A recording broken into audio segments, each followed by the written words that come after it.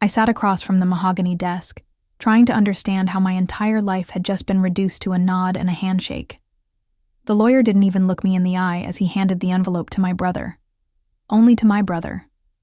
My mother's ring, my father's watch, the house, the savings, everything.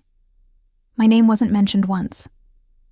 I smiled politely, as if my entire identity hadn't just been erased. My brother avoided my gaze, but his hands trembled as he held the envelope like it weighed 1,000 bricks. I had always assumed our parents loved us equally. We fought like most siblings, but nothing that ever crossed a dangerous line. I brought them groceries when they got sick. I stayed through Dad's chemo. I even handled the funeral arrangements. My brother flew in just in time to give the eulogy. He didn't cry, but everyone applauded him. I didn't speak. I just stood, by the door, watching them all pretend I wasn't invisible. And now, I was officially made invisible on paper too. That night, I didn't sleep. My thoughts echoed in the silence of my one-bedroom apartment, like voices in a tomb. My fridge hummed louder than usual. My phone didn't ring. I couldn't decide what stung more, the betrayal, or the realization that maybe I had always been a placeholder in their lives, a support beam, never a centerpiece. My heart pounded like it wanted to escape me. I couldn't breathe, but I wasn't panicking. I was awakening. 2 weeks passed. I didn't speak to my brother, and he didn't try to reach me. I avoided everyone who offered pity. They didn't know what to say, and honestly, I didn't want to hear it. Then one morning, I received a small brown envelope in the mail. No return address, no name. Just my full name written in ink I recognized but couldn't place. I opened it cautiously. Inside, there was only a letter, and the moment I read the first line, my hand started to shake. It was my father's handwriting, and it began with, "If you're reading this, it means something has gone wrong." I read the rest in one breath, afraid that if I stopped, I'd vanish like I did in The Will. He spoke of regrets, secrets he never dared to say out loud, and one final request that he hoped would set things right. My eyes burned, my jaw clenched, because buried within that letter was a truth no one else knew, a truth that would tear my family apart. The letter continued with a confession.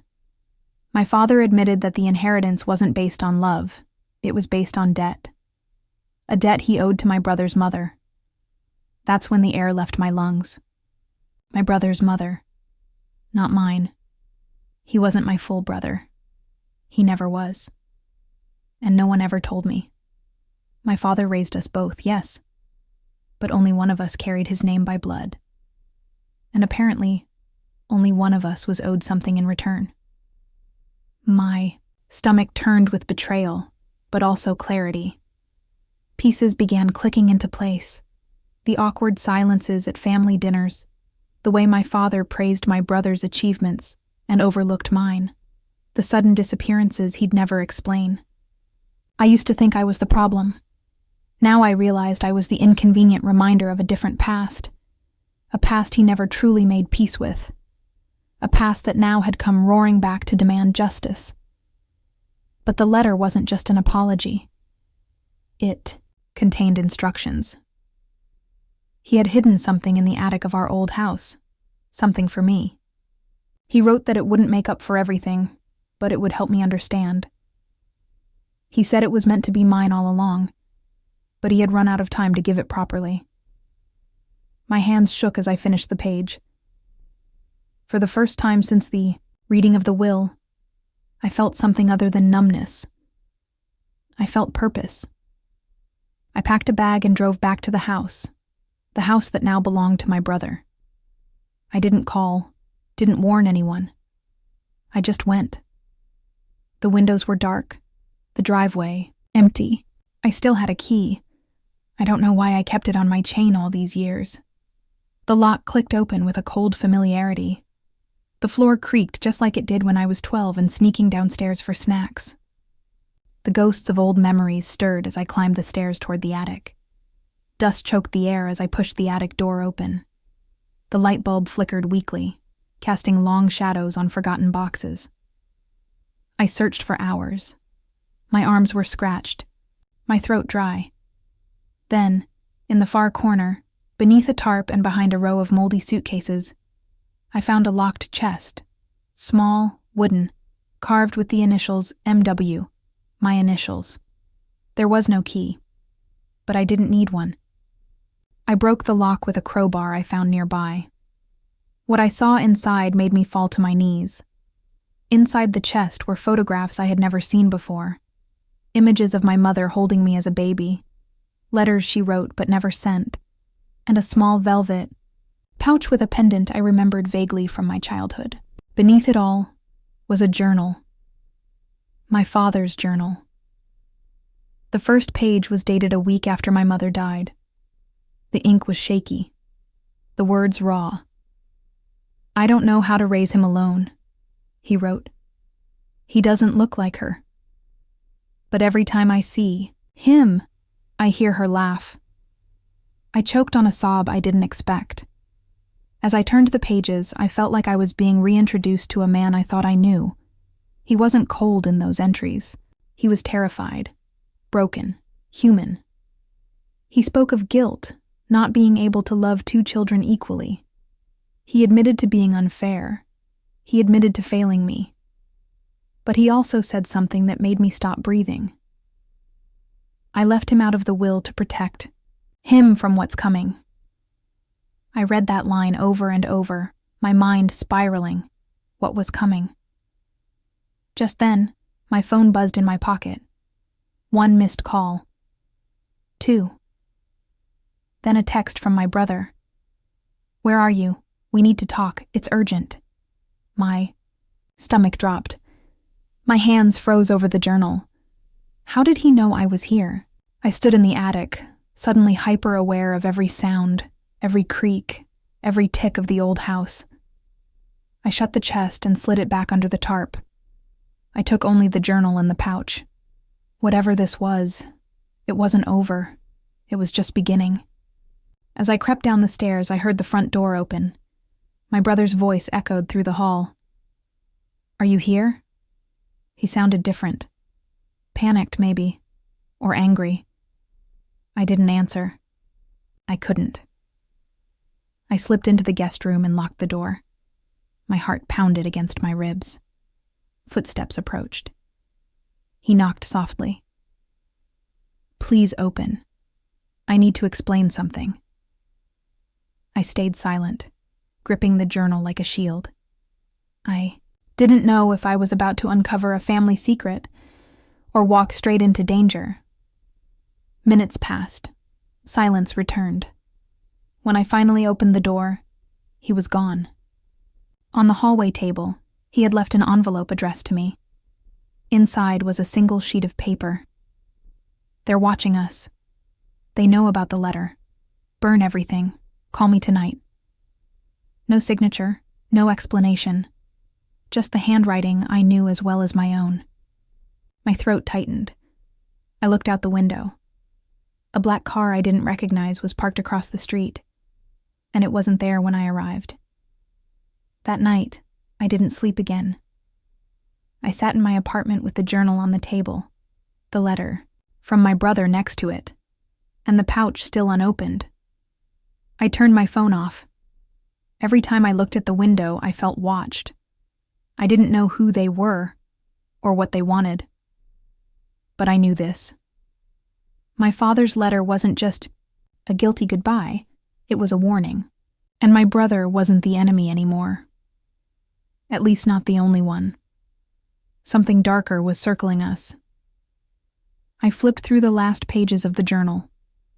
The entries became erratic, scattered. Paranoia bled into every line. Mentions of people following him. Unmarked cars.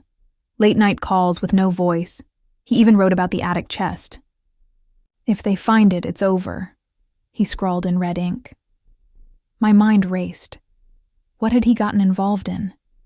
Who were these people? And why was the inheritance suddenly the least important part of this story? The weight of the truth was finally pressing down. I opened the pouch. Inside was the pendant, yes, but also a tiny flash drive wrapped in paper. I inserted it into my laptop with trembling hands. It was encrypted, password protected. The paper had one word, Dahlia. I typed it in. It opened, and what I saw wasn't just family documents or personal secrets. It was a series of files labeled acquisitions, bribes, threats, and complicity. My father had been tracking something, or someone. He was involved in something massive. And he left all the evidence with me.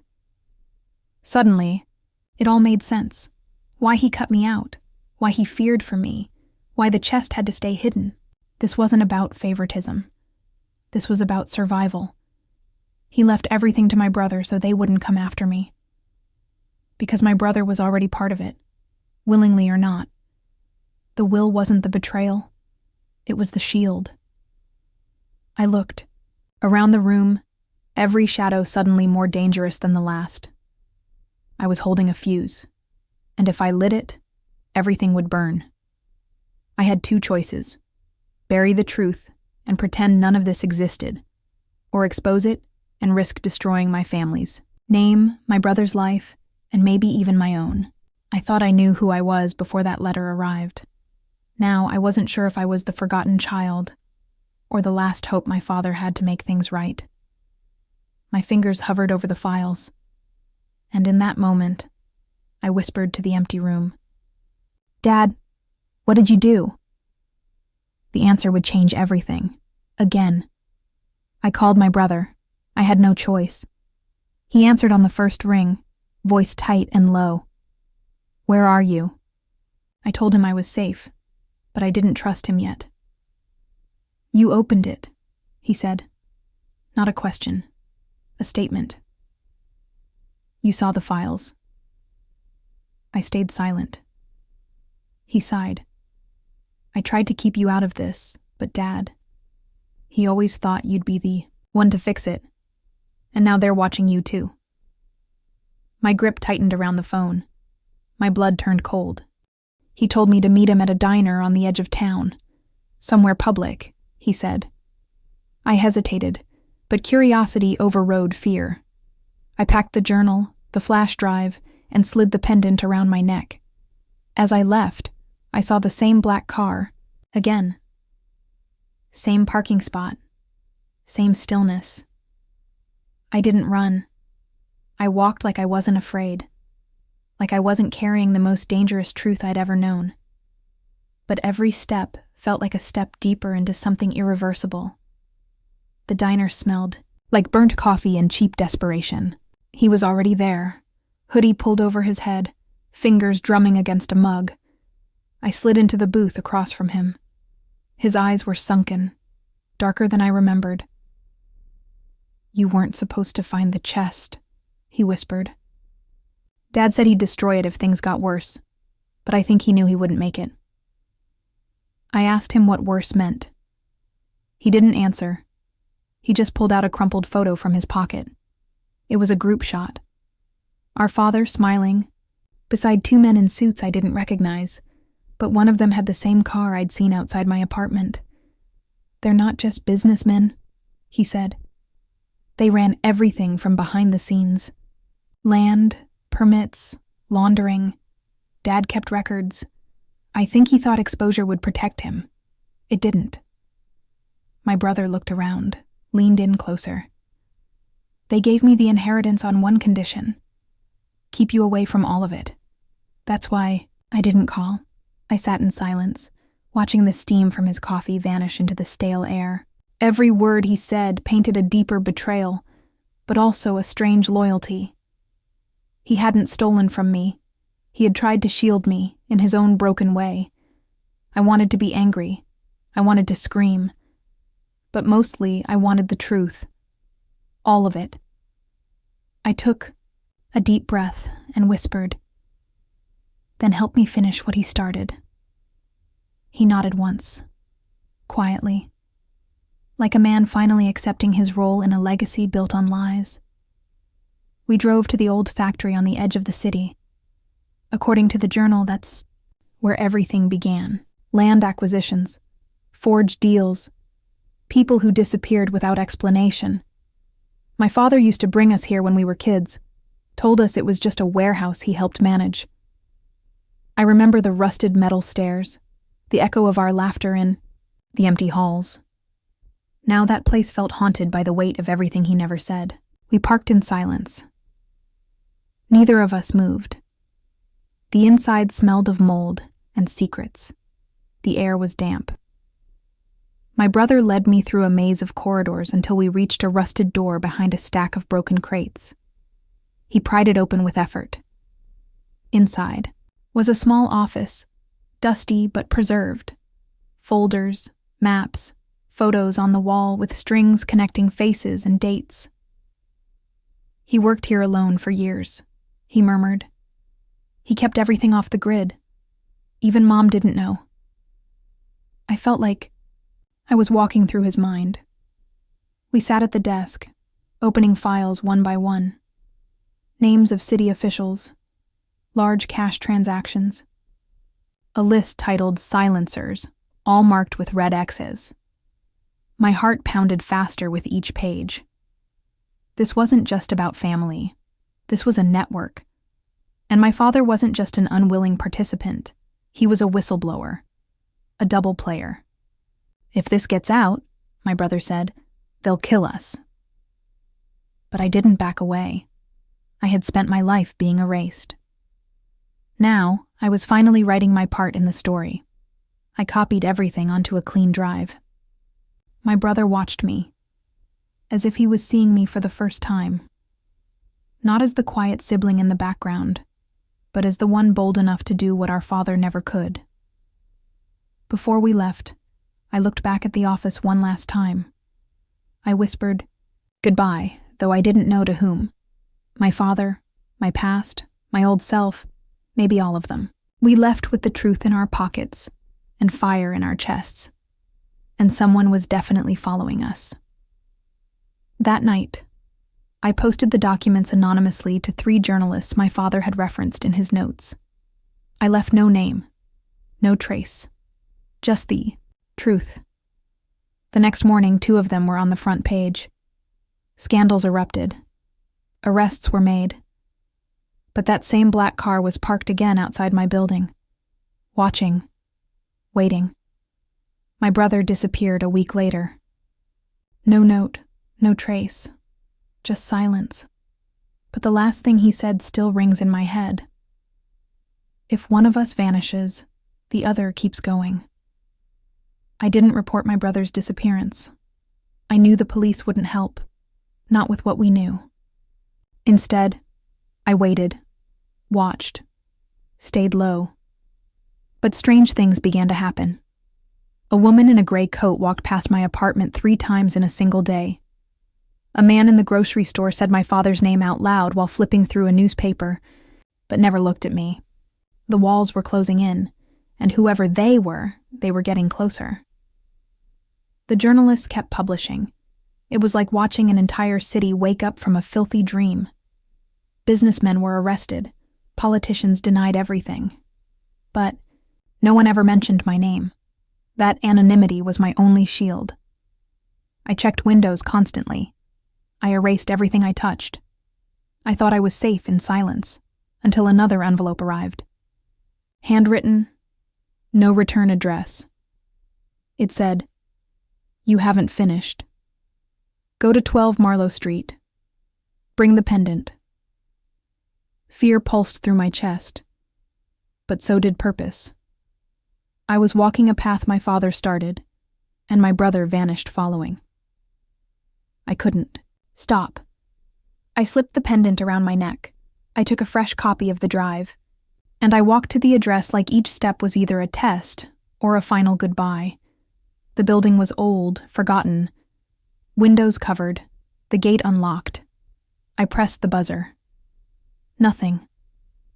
I pushed the door open. It gave way with a groan. Inside, the palmy air was stale, like it had been holding its breath for decades. A single desk lamp lit the back room.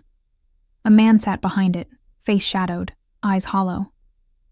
I recognized him from one of my father's files. He didn't ask who I was. He just said, "You're his son." Not a question. A judgment. I nodded. My fingers clenched. He slid a folder across the desk. "You think you've done something, but there's more, a lot more.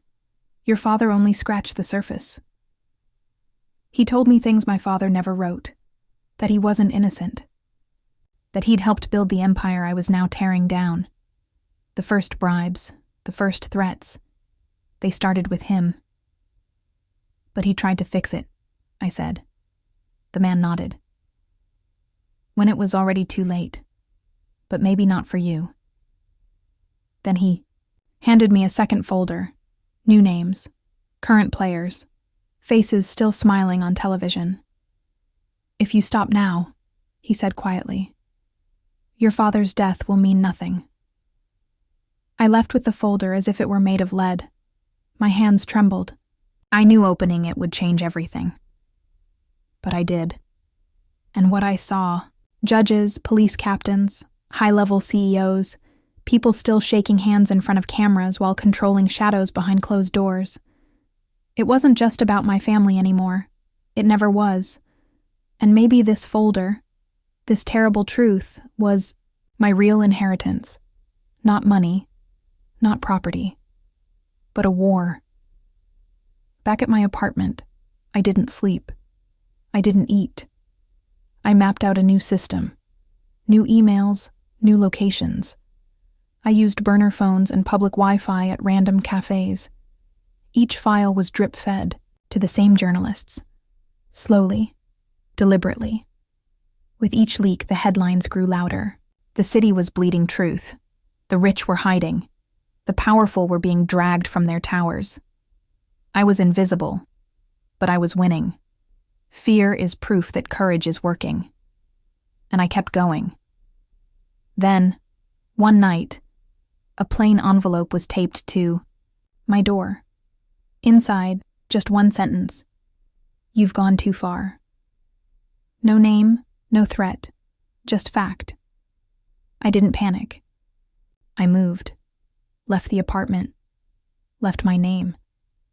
I burned everything that could trace me. I lived out of motels, train stations, cash only. I became the ghost they couldn't catch. The more they tried to erase me, the louder my truth echoed. Every movement I made now was a scream against the silence. Even in hiding, I worked.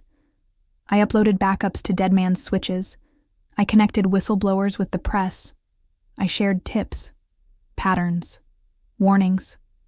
The shadows I'd inherited had started to fracture. And in the cracks, others joined in. People, like me.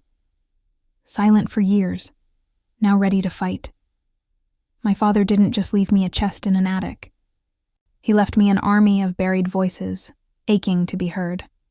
All I had to do was give them a way to speak. On TV, I saw a news anchor mention an unnamed informant dismantling the final pieces of a long-standing political cabal. I didn't smile. I just sat in a cheap motel bed, laptop open, fingers raw, and asked myself, was it worth it?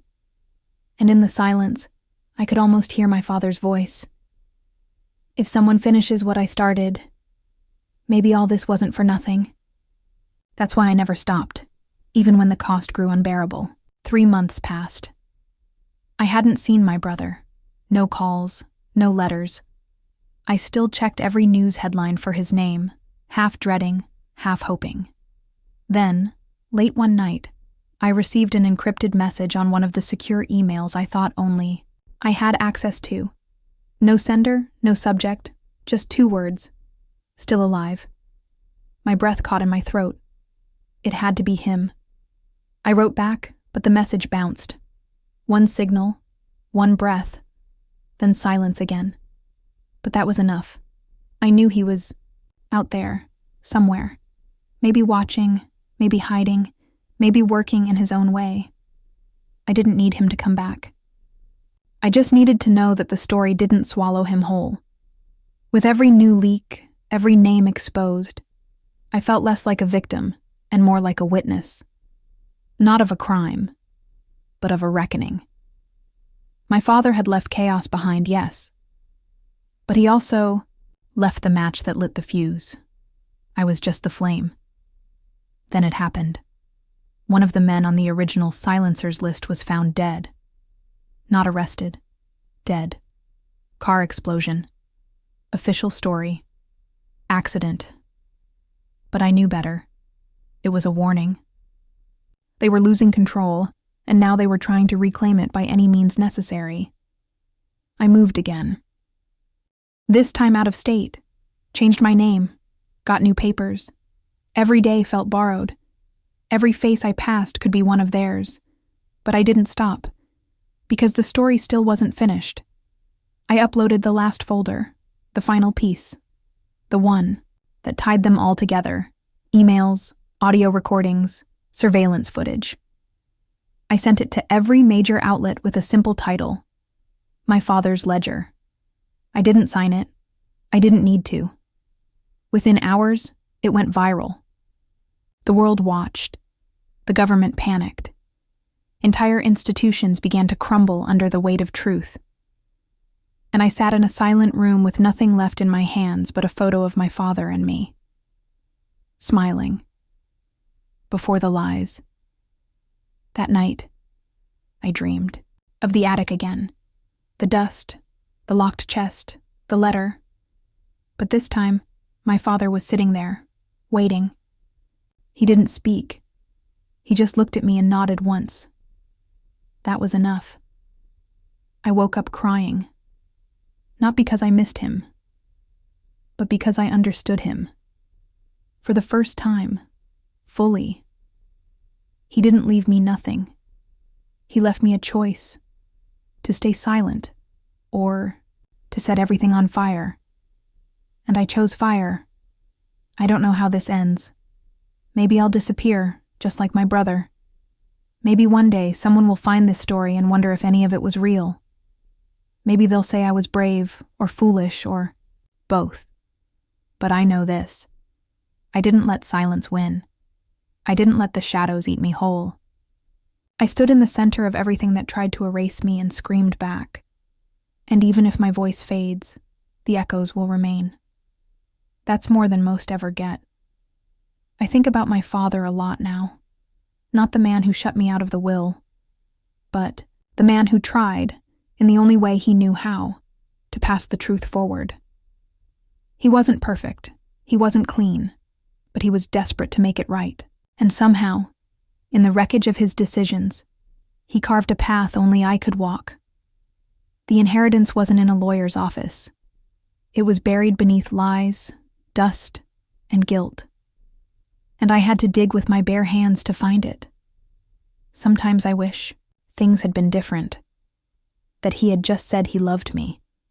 That I didn't have to decode a lifetime of silence to understand his final words. But the world doesn't give us perfect goodbyes. It gives us cracks, and if we're lucky, we find light in them. My light came from a sealed envelope. A letter he never thought I'd read. A confession I wasn't meant to carry. But I carried it anyway. And now, the weight feels lighter. Because it's done. If you're reading this, maybe you've felt forgotten too. Maybe someone told you that you were less, invisible, replaceable. Maybe you believe them. I did. Until I realized that sometimes the ones left out of the story are the ones who end up writing the ending. And if that's you, then write it. Burn the old script. Start a new one. One where your name isn't missing. One where your voice doesn't echo, but shouts. Loud, sharp, unapologetically alive. And if you ever wonder who I was, just remember this. I wasn't the one who got the inheritance. I was the one who got the truth. And the truth was worth everything.